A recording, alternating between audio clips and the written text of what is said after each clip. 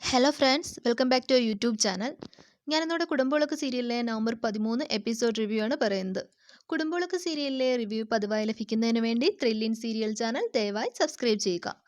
Episode start ചെയ്യുന്നത് സമ്പത്ത് കാറിൽ നിന്ന് ഇറങ്ങുമ്പോൾ വേദികയെ അറസ്റ്റ് ചെയ്ത് കൊണ്ടുപോകുന്നത് കാണുന്നു. സമ്പത്തിനെ കണ്ട് വേദിക അവിടെ നിൽക്കുന്നു. CA സമ്പത്തിനോട്, നിങ്ങൾ ആരാ? സമ്പത്ത്, ഞാനിവളുടെ ആരാണെന്ന് പറയുന്നില്ല. ഞാനിവളുടെ ആരാണെന്ന് ഇവൾക്കറിയാം. ഇവളെ എന്തിനാ കൊണ്ടുപോകുന്നത് സർ? CA, പ്രായപൂർത്തിയാവാത്ത ഒരു പെൺകുട്ടിയെ ഇവൾ കാരണം ആത്മഹത്യക്ക് ശ്രമിച്ചിരിക്കുകയാണ്. ആത്മഹത്യ പ്രേരണ കുറ്റമാണ് ഇവൾക്കെതിരെ ചുമത്തിയത് എന്ന് പറഞ്ഞ് വേദികയെ അവിടെ നിന്നും കൊണ്ടുപോകുന്നു. സമ്പത്ത് പരിഹാസത്തോടെ വേദികയെ നോക്കുമ്പോൾ തിരിച്ച് വേദിക ദേഷ്യത്തിൽ സമ്പത്തിനെ നോക്കിക്കൊണ്ട് തന്നെ അവിടെ നിന്നും പോകുന്നു. ശേഷം കാണിക്കുന്നത് ഐസിയുവിന് വെളിയിൽ സുമിത്ര, നീരവ്, പ്രതീഷ്, ശ്രീകുമാർ എന്നിവർ ഇരിക്കുന്നു. നീരവ് സുമിത്രയോട് കരഞ്ഞുകൊണ്ട് പറയുകയാണ്, എൻ്റെ അമ്മയെ പോലീസ് അറസ്റ്റ് ചെയ്ത് കൊണ്ടുപോയ ആൻറ്റി എന്നെയും കൊണ്ട് പോകുമോ? സുമിത്ര വിഷമവും ദയനീയതയും നിറഞ്ഞ മുഖഭാവത്തിലും സ്വരത്തിലും ഒന്ന് മൂളി.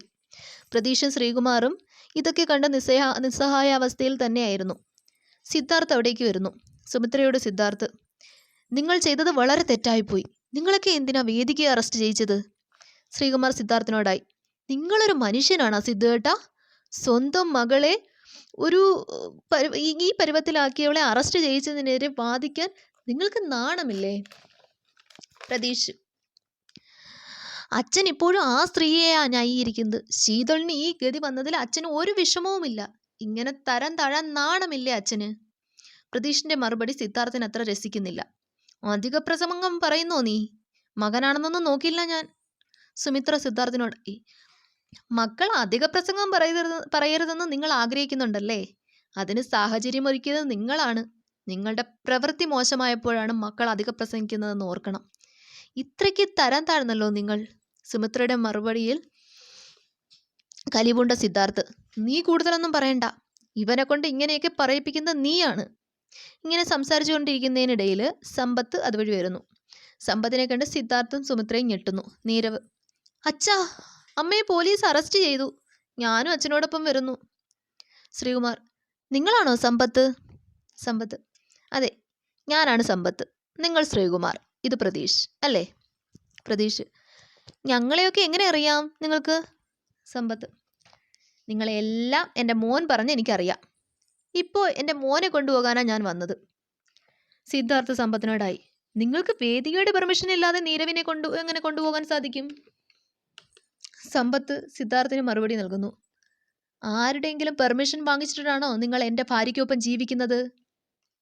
ആരുടെ പെർമിഷൻ വാങ്ങിച്ചിട്ടാ നിങ്ങൾ നല്ലവളായ നിങ്ങളുടെ ഭാര്യയും കുടുംബത്തെ ഉപേക്ഷിച്ചത്? ശേഷം സുമിത്രയോടായി സമ്പത്ത്, മകളെ വേദികയുടെ അടുത്ത് നിർത്തുന്നത് ഒട്ടും സുരക്ഷയില്ല. നിങ്ങളോടൊപ്പം തന്നെ മകളെ കൊണ്ടുപോകുന്നതാണ് നല്ലത്.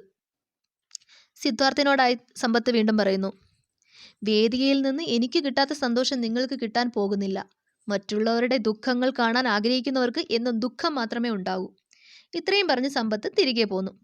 ഐസിയുവിന് വെളിയിലിരിക്കുന്ന സുമിത്രയുടെ അടുത്തേക്ക് വരുന്ന സിദ്ധാർത്ഥ്, നീ ഇവിടെ തന്നെ ഉണ്ടാകുമോ? സുമിത്ര, ഞാൻ ഉണ്ടായാലും ഇല്ലെങ്കിലും നിങ്ങൾക്കെന്താ? സിദ്ധാർത്ഥ്, നീ മോളെ കണ്ടായിരുന്നോ? സുമിത്ര, ഞാൻ കണ്ടാലും ഇല്ലെങ്കിലും നിങ്ങൾക്കെന്താ? നിങ്ങൾക്ക് കാണണമെങ്കിൽ പോയി കാണൂ. സിദ്ധാർത്ഥ്, എനിക്ക് അവളുടെ കിടപ്പ് കാണാൻ കഴിയില്ല. സുമിത്ര, അവളുടെ കിടപ്പ് കാണാൻ നിങ്ങൾക്കാകില്ല അല്ലേ? അവളെ ഈ നിലയിലാക്കാൻ നിങ്ങൾക്കാകും. എന്നിട്ട് അത് ചെയ്യിച്ചവർക്ക് വേണ്ടി വാദിക്കാനും നിങ്ങൾക്ക് പറ്റും. സിദ്ധാർത്ഥ്, നീ ഇവിടെ നിൽക്കുവാണെങ്കിൽ നിനക്ക് വേണ്ടി ഞാനൊരു റൂം ബുക്ക് ചെയ്യാം. സുമിത്ര പരിഹാസവും ദേഷ്യവും നിറഞ്ഞ ഭാവത്തിൽ, കോടതിയിൽ വേർപിരിയാൻ തീരുമാനിച്ച 2 പേരാ നമ്മള്. കോടതിയിൽ പറയാത്തതൊന്നും എനിക്ക് നിങ്ങളിൽ നിന്നും വേണ്ട. ഈ സംസാരം പോലും ഞാൻ ആഗ്രഹിക്കുന്നില്ല. സിദ്ധാർത്ഥ്, എനിക്ക് ചില കാര്യങ്ങൾ പറയാനുണ്ട്. സുമിത്ര, വേദികയ്ക്കെതിരെ കൊടുത്ത കംപ്ലൈന്റിന്റെ കാര്യമാണെങ്കിൽ അത് നടക്കില്ല. സിദ്ധാർത്ഥ്, എനിക്ക് അറിയേണ്ടത് ശീതളിന്റെ കാര്യമാണ്. അവളെ നീ എൻ്റെ അടുത്ത് നിർത്തുവാണോ അതോ നീ കൊണ്ടുപോവുകയാണോ? സുമിത്ര, അതിപ്പോ പറയാൻ സാധിക്കില്ല. സിദ്ധാർത്ഥ്, നീ ഇപ്പോൾ അവളെ കൊണ്ടുപോവുകയാണെങ്കിൽ അതെന്റെ അഭിമാനത്തിന്റെ പ്രശ്നമാണ്. അവൾ എന്നോടൊപ്പം നിൽക്കട്ടെ. സുമിത്ര, നിങ്ങൾക്കിപ്പോൾ അഭിമാനമുണ്ടോ അതിന്? സ്വന്തം മകളെ ഈ ഗതിയിലാക്കാൻ കൂട്ടുനിന്നിട്ട് അവളെ ദ്രോഹിച്ചവരെ ന്യായീകരിക്കുകയും ചെയ്ത നിങ്ങൾക്ക് എന്ത് അഭിമാനമാ ഉള്ളത്? സിദ്ധാർത്ഥ് വേദികയുടെ പേരിലുള്ള കംപ്ലൈന്റ് നീ പിൻവലിക്കണം. വേദികയെ ഇറക്കേണ്ട ആവശ്യം എന്റേതാണ്. സുമിത്ര, എന്നോട് ഈ കാര്യം സംസാരിച്ച് നിങ്ങൾ നാണം കെടണ്ട. സിദ്ധാർത്ഥ്, പ്രതീഷിന്റെ കാര്യം വന്നപ്പോൾ ഞാൻ വേദികയോട് പറഞ്ഞ് കംപ്ലൈന്റ് പിൻവലിച്ചിരുന്നു. അത് നീ മറന്നോ? സുമിത്ര, അന്ന് പ്രതീഷ് നിരപരാധിയായിരുന്നു. എന്നാൽ വേദിക അങ്ങനല്ല. എനിക്ക് നിങ്ങളോട് സംസാരിക്കാൻ പോലും താല്പര്യമില്ല. അടുത്ത ഭാഗത്തിൽ സമ്പത്ത് നീരവിനെയും കൊണ്ട് പോലീസ് സ്റ്റേഷനിൽ എത്തുന്നു. നീരവ്, അച്ഛാ, നമ്മൾ എന്തിനാ ഇവിടെ വന്നത്? സമ്പത്ത്, മോനെ അമ്മയെ കാണണ്ടേ, അതിന് വന്നതാ. സമ്പത്ത് നീരവും കൂടി അകത്തേക്ക് ചെല്ലുമ്പോൾ വേദിക ജയിലിനകത്ത് എന്തോ ആലോചിച്ചിരിക്കുകയായിരുന്നു.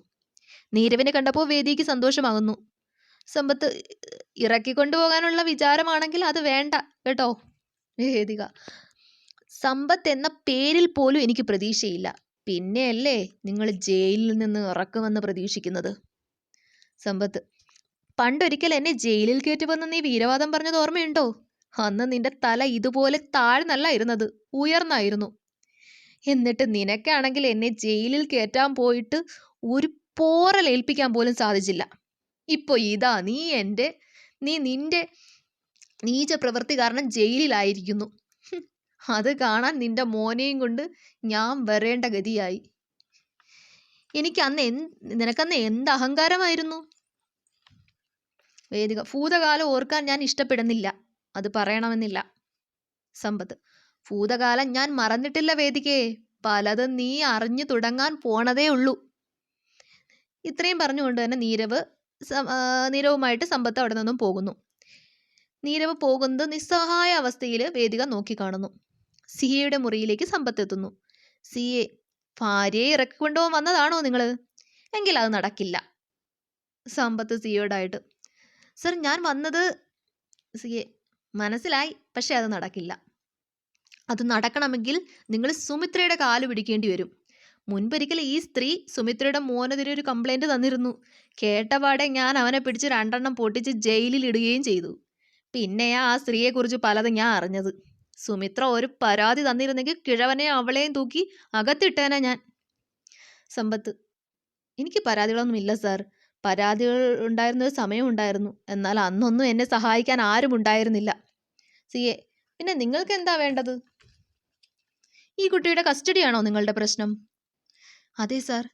ഇത്രയും നാൾ അവൾ ഒറ്റയ്ക്കായതുകൊണ്ട് മോനെ അവൾക്കൊപ്പം വളരാൻ അനുവദിച്ചതാ. എന്നാൽ ഇപ്പോൾ അങ്ങനല്ലല്ലോ. എൻ്റെ മോനെ എനിക്ക് വേണം സാർ. അവനെ ഞാൻ കൊണ്ടുപോവുക. അതറിയിക്കുവാനാ ഞാൻ വന്നത്. സിയെ സാർ നീരവിനോടായി ചോദിക്കുന്നു. മോനെ, അച്ഛനോട് പോകുന്നതിനോട് നിനക്ക് ഇഷ്ടമാണോ? നീരവ്, സിയെ സാർ.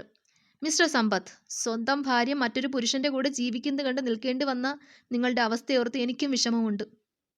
മോനെ നിങ്ങളോടൊപ്പം കൊണ്ടുപോയിക്കോളൂ. ശേഷം സമ്പത്ത് നീരവും വേദികയുടെ അടുത്തെത്തുന്നു.